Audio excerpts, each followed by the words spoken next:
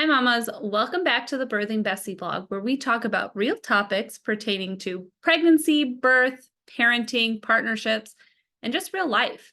Here on the blog, we don't shy away of talking about the hardships of motherhood.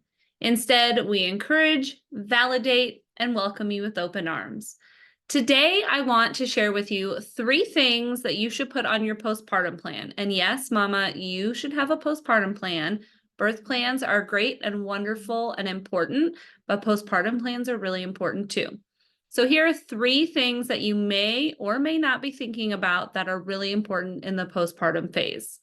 And all of these things can be done prenatally to set you up better for that 4th trimester when you come home with baby. Tip number 1 is to designate yourself a mental health buddy for the 4th trimester. In case you didn't know, perinatal mood and anxiety disorders, or PMADs for short, they can manifest for up to a full year postpartum. Now, you could be feeling good, fine, and great until maybe 4 or 5 months postpartum, and all of a sudden you're feeling more anxious than usual, or maybe more rageful or depressed. It's very normal and very common. 1 in 7 to 8 women and families experience perinatal mood disorders. So with statistics that high, it's really important to set yourself up for support, whether or not you may end up needing it. And even if things don't go as far as maybe having one or experiencing one of those perinatal mood and anxiety disorders, you're definitely still going to need a good friend and listening ear to talk to about motherhood. Even if you're not experiencing heightened anxiety or depression or any of those other feelings that may be more serious, motherhood and parenthood is overwhelming, especially in that postpartum period. So do yourself a favor, designate a buddy that can check in on you and specifically your mental well-being in that 4th trimester. Again, this is something you can do prenatally. So take some time and think about who those people or person are that you really trust, who know you well enough to know maybe when things are off, even if you don't recognize it. Make sure that they are well educated on the signs and symptoms of perinatal mood disorders.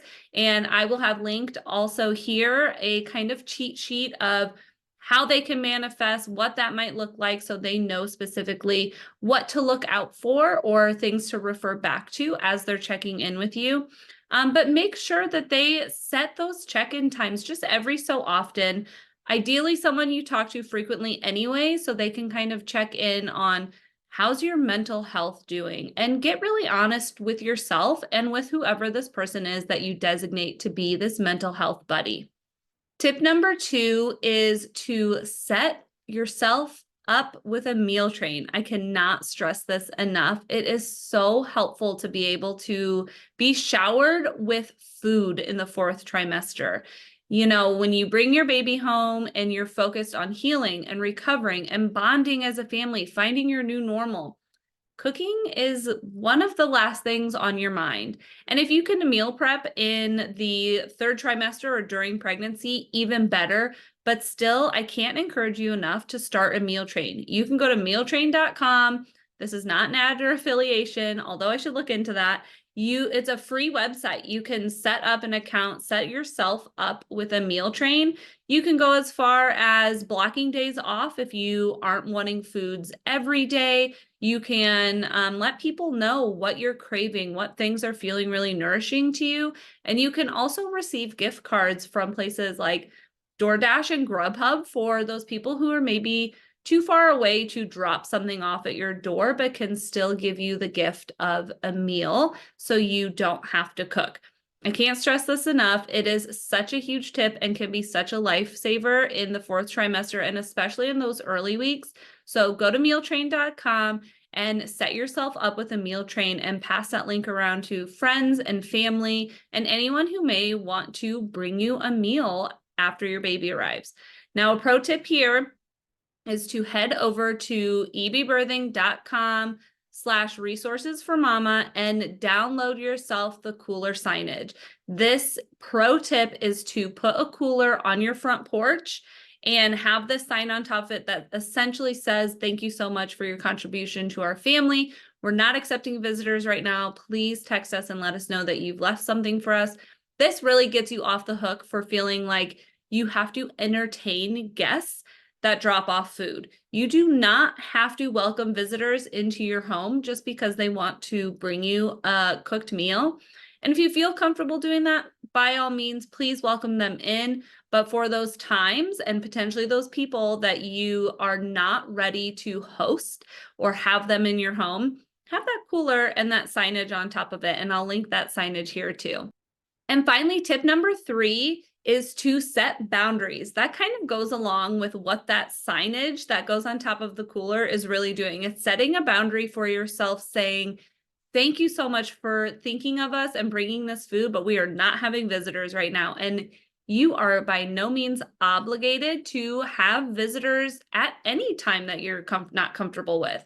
So tip number 3 is to set boundaries. And again, something you can do during pregnancy and the prenatal time of thinking about what is going to feel really nourishing for you as your family, whether it's just your immediate family or extended family. Think about who you're going to want in your home, in your space, or more importantly, maybe who you're not going to want in your space, especially in those early days and weeks.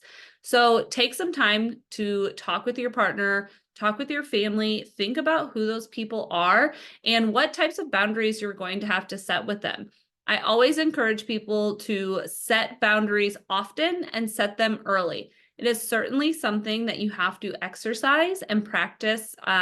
Definitely take some time to get used to setting these boundaries, but especially as you're bringing your baby home and you're settling into your new normal, it is so important to protect your space.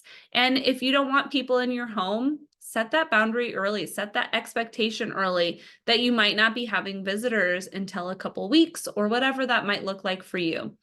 Also, when you're thinking about boundaries and you are wanting to have guests or visitors come and see the baby, make sure that they are helping you while they are there.